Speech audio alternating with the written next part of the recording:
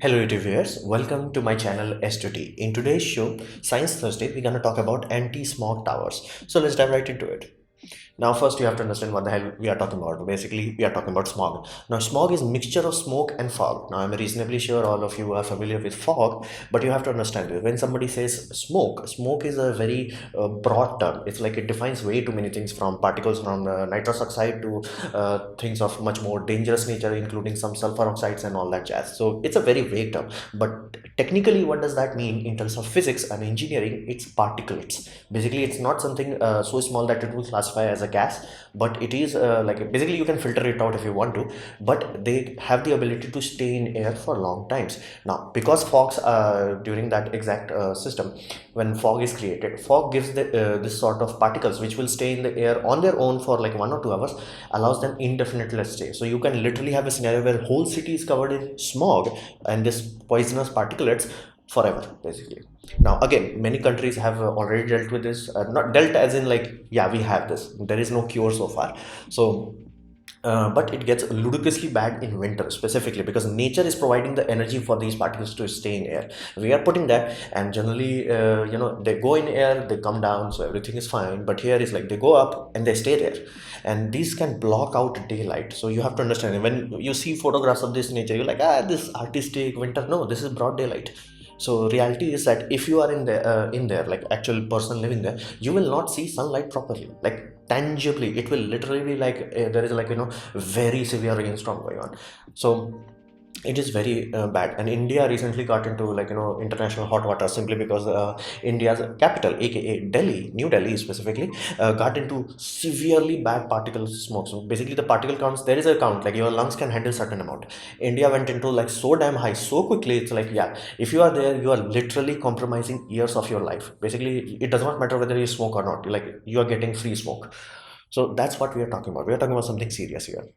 Now, health effect. Now, the reason nobody takes it seriously is not because like, oh, China is doing this, so nobody. No, it's Korea is doing. Oh, nobody takes it. Oh, the Great London Smog, and nobody takes it seriously. Simply because it kills over time. It's not something like a virus where it's like tick, boom, you're dead. There is no fast action there, because if there is fast action, people respond very quickly. It's like if you say, hey, that person got affected by that and he died, people will respond instantaneously. But when you're talking about smog, it takes time, because your lungs have internal mechanism to clean itself.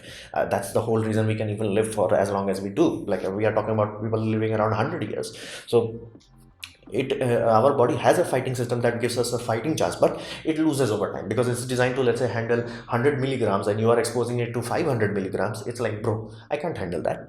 So it has a cumulative damage effect. So basically, let's say you went to Delhi for tourism. Why? But let's say you did that, you're not gonna be like, okay, something bad happened. But let's say you went there for extended stay for 1 week or 2 weeks, then you will start noticing, hey, wait, like I can't exercise as long as I could. Like I cannot run, like I get short breath very quickly. I will have a lot more episodes of headaches and all that. So it has cumulative effect. So basically, one day, not too much, don't worry too much about it. Few days, yeah, you will notice it. 1 month, okay, now you will definitely notice this. And years, yeah, you will definitely shorten your lifespan. So that's the whole problem with us. And the two groups of people that are most vulnerable to this is specifically children and elderly. Children, simply because their lungs are small, like they have literally small lungs capacity. So 100 milligram for a human body would be like, let's say 10% lung capacity compromised. For them it would be 100% lung capacity compromised. So they are very vulnerable to that, and they will show you instantly. You can easily see, like, kids going into basically born in Delhi, they are suffering in, like, the numbers of cases with lung issues was like, let's say 100. Now it's to 700 and 800. So it drastically harms children. On top of that, elderly people, you also have to understand, their lungs are already compromised. It's like the lungs have been fighting to stay clean for 70 years or 80 years, and over time our body breaks down. So in that state, it's very vulnerable. It's already damaged through wear and tear over the lifespan, and it's like, now you are introducing extended pollution to it. Yeah, it breaks down. So these two groups of people get affected very severely. Now, people like who are living in China, certain places of China, certain places of Korea, they have suffered so severely that it's literally showing up in a health index, as in, like, yeah, your lifespan has reduced, so to say. So if you are living in, like, some outskirt area where the smog is not there, yeah, you will live, let's say, 80 years. If you are a city center, yeah, you good luck crossing 70. So that's how serious it is. The only reason we are not taking this seriously is because it takes time. So it's like, yeah, I'll worry about it. Like, there are many people who will actually talk to Delhi presses and all that, and they're like, yeah, once I retire, I'll move out. I'm like, dude, you will not live long enough for that. So that's the problem with that. It's slow poison. So enough people got affected by it, as in like around 10,000 people dying. So people started to ask for a solution. It's like, dude, solve this. So anti-smog towers were created. Now this is just a big air filter. Thankfully, particles, when they combine with the fog droplets, they actually become physically huge, so you can filter them out. Like if you have quality vacuum cleaner, it has a HEPA filter. That filter is more than good enough for cleaning those filter. So that's what is this tower is. Now this costed around 7 lakh rupees. So think of it as like low end budget end kind of car. Like it's a price of a small car. It takes electricity, has air pumps, and basically pumps air through filters. Now depending on design and cost and all that jazz, you can have one big filter, or you can have multiple layers of filter, where like one filter will remove big particles, another small ones, another even smaller, like progressive standard. Allows for filters to last longer but makes it more expensive. So that was a Delhi solution. And if you are typing anything like that, anti-smog, you will see this image going around from China. Now what China did is basically smog has a summer cousin also, and that's far more deadly because it also bounds with ozone. So you can understand that's very deadly. So they created a solar system. Now you might be like, there is no solar panel on this. It does not need that, simply because they are relying on what we call solar chimney. So they have a greenhouse on the bottom which heats the air up inside the chamber. Basically you have the open chamber. It's open chamber, so you have a conical system. It heats up the air moves out through the chimney, and it enters the cold atmosphere, and that creates a partial vacuum on bottom, and that sucks in. So basically it's solar powered, directly powered. It's not like, oh, solar electricity, then electricity to pump, no, it's direct solar, direct, very efficient. And it forces the air through the basically air filters. So it's a very efficient system. Side effect, they are not that efficient if your sun is blocked out. So it does work though. Benefit is, it's not like oh, in winter it's 100%. It's not that. Even in smoggy conditions, because infrared can go through very thick layer of smog, it does work. So it's not 100% useful, but it is a very good solution if you want large scale. Because this puppy, it consumes a few kilowatts of electricity. This puppy, if running on electricity, good luck trying to feed the bill, because you will end up polluting more just to provide electricity for this. So does it consume electricity? Yes, it has backup fans and other measuring equipment, because this was the first of its kind. The size is huge. So they have multiple this sort of technology is being employed right now. So this is anti-smog. It's nothing fancy. It's just an air filter and big air pumps. Then we come to another aspect which is much more interesting: anti-smog gun. Now you must have seen this sort of pictures circulating all around the web. It's a water mist sprayer. So you have to understand that smog is a lightweight particle. It combines with something that is still lightweight, but they are at the boundary of it. Basically the air currents cannot hold them there for a very long time, but if you increase their weight by even micrograms, they will fall. So that's what we do. Basically take giant high pressure water tanks. Basically the tanks are not huge, but they have very high pressure.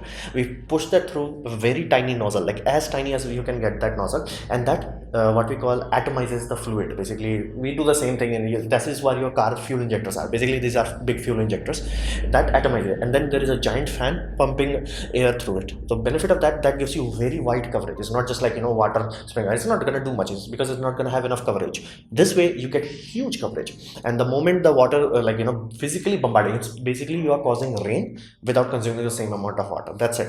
It's basically rain. You are replacing rain with mist rain, and the benefit of that is your water consumption goes from, let's say, requiring 10,000 liter to 100 liters. Side effect, you have to increase your power consumption, simply because these pumps, they are huge. They are like 10 horsepower, 20 horsepower, depending on size. Sometimes people make it even more huge. So this basically cleans the air same way rain cleans the air. So it's very dumb, but it's very effective. Now, what about the effectiveness? In simplest term, this is classified as band-aid solution. It's not gonna solve your smog problem. It's still basically at best like, yeah, we are dying right now, clean air right now. So that's the best case scenario of it. I'm sorry about the dogs, but you have to understand the simple reason for that. It's not powerful enough. Whenever you are talking about any air pumps or any vacuum pumps or even solar chimneys, they have a certain amount of capacity. Basically, how many cubic meters of air it can suck through and filter through. Now that would be good. Let's say in a big structure, it will be like 10,000 cubic meters. Here's the deal: you are talking about a city, and a huge city at that. So that cubic meter is like you have cubic meter capacity. Oh, that's nice, that's cute. You have 10 billion cubic feet of air that you have to clean every hour. So power wise, it's not in the same league. That's the biggest problem. It's like we cannot utilize this as a final solution because it's not in the same league. It's like, yeah, you want to build an ICBM and you have a firecracker. It's not in the same way because input and output is not equal. So you have input where you're like, let's say you're pumping, let's say 500 tons of pollutants. Your output system is like, yeah, we can extract 1 ton out of it. I'm like, that's no, flat out nope. So that's the biggest problem. However, even in that sort of scenario, I do spot one very good golden opportunity for that is the best case uses of these kind of technology, basically anti-smog towers and anti-smog guns, is on-site use, aka construction sites. Construction site creates very fine particulates, specifically if it's a decommission or big projects like building a metro stations and all that. So where you have like a large amount of particulate matter pushed into place. When Delhi air pollution gets ludicrously bad, like warning level bad, the government will stop construction project. Now that's a very bad for the labor, simply because they are living every day to day. So if you cut their basically employment for 1 day or 2 days, that's very bad for them. So in those sort of scenario, this sort of cannons are very useful because you know this is the place of pollution. You can block it out. It's like, okay, around here I'm gonna do that. And China already started doing this. So when they have coal power plants, they have something like this. And where they will have basically fly ash processing plant, they utilize water cannons because that's most effective. Basically you seal it off, like, okay, this area is producing pollution, let's seal it off so it's not gonna spread to places. So that's the best use I can think of, because that we're gonna have construction sooner or later, one way or the another, we're gonna have construction. So if we can make that experience much more cleaner, it helps the city grow without destroying itself in terms of air pollution. Now, what is the best long-term solution? Simply because what China did in 2010 was basically they force-fed everything. It's like, bro, you have to go to electric in terms of taxis, buses, and all that jazz. That was the biggest effect. India also did that, but India went to CNG. Not that good in long term, simply. So if Delhi government may still be forced to the same situation, they were like, yeah, we have to go to electric now. But this, I can easily see this sort of technology, basically anti-smog technology, anti-smog gun technologies, to be like a stopgap solution around the construction sites. I can really see a lot of potential there, but not as a final solution. Oh, we had a smog, then we build this technology, everything is solved. No, it cannot do that. The input output is way, like there is a multiple zero gap between input and output. So this was my presentation on anti-smog technologies. I hope you liked it, learned from it. In that case, please click the like button, share it amongst your friends. That will help me a lot. If you didn't like it, didn't enjoy it, I'd urge you to press dislike, press it twice to show me your disappointment, and please leave a comment because I reply to all of them. Subscribe, press the bell icon if you're free, and as always, thanks for watching.